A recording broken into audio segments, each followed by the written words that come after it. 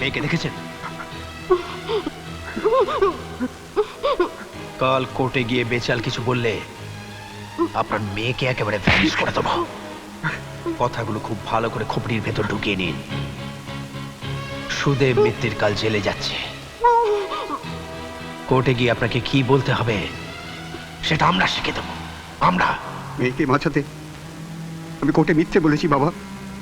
আর আপনি ভাবলেন রীতা বেঁচে যাবে? প্রমাণ নষ্ট করার জন্য ওরা যদি রীতাকে মেরে ফেলে? কি বলছো? মেরে ফেলবে? শয়তানের অসাধ্য কিচ্ছু নেই। তাছাড়া ওকে যে ছেড়ে দেবে তার গ্যারান্টি কোথায়? কিন্তু আমি তো ওদের কথা মতো কাজ করেছি। ভুল করেছেন, দুবার আর এই ভুল করবেন না। সত্যি যদি আপনি আপনার মেয়েকে বাঁচাতে চান তাহলে সবকিছু পুলিশকে পরিষ্কার খুলে বলুন। পুলিশ? পুলিশ মানেই তো জীবন দত্ত। জীবন দত্ত ছাড়াও আরো অনেক পুলিশ আছে, আমি ডেকে আনছি। আপনি বয়ান তৈরি করুন। রীতাকে বাঁচাবার কিন্তু আর কোনো রাস্তা নেই। বলুন, আপনি রাজি? আমি রাজি। শোনো, আর দেরি করা উচিত না। আমি এখান থেকে সোজা থানায় যাচ্ছি।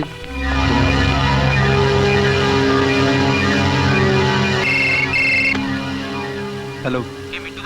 হ্যাঁ বলছি। বসকে একটু টেলিফোনটা দিন। খুব আর্জেন্ট।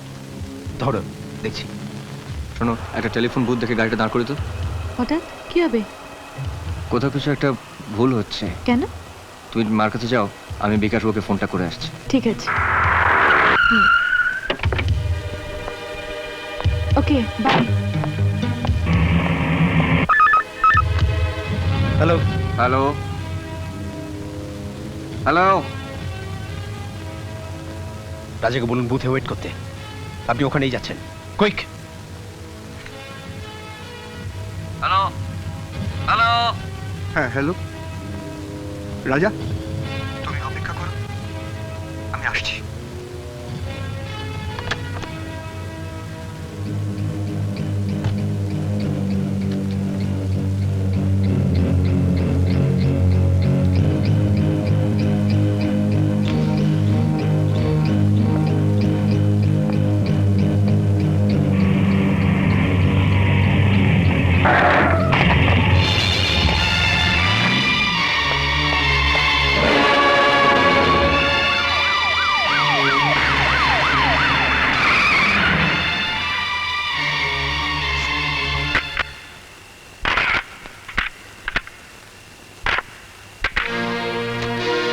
What is this?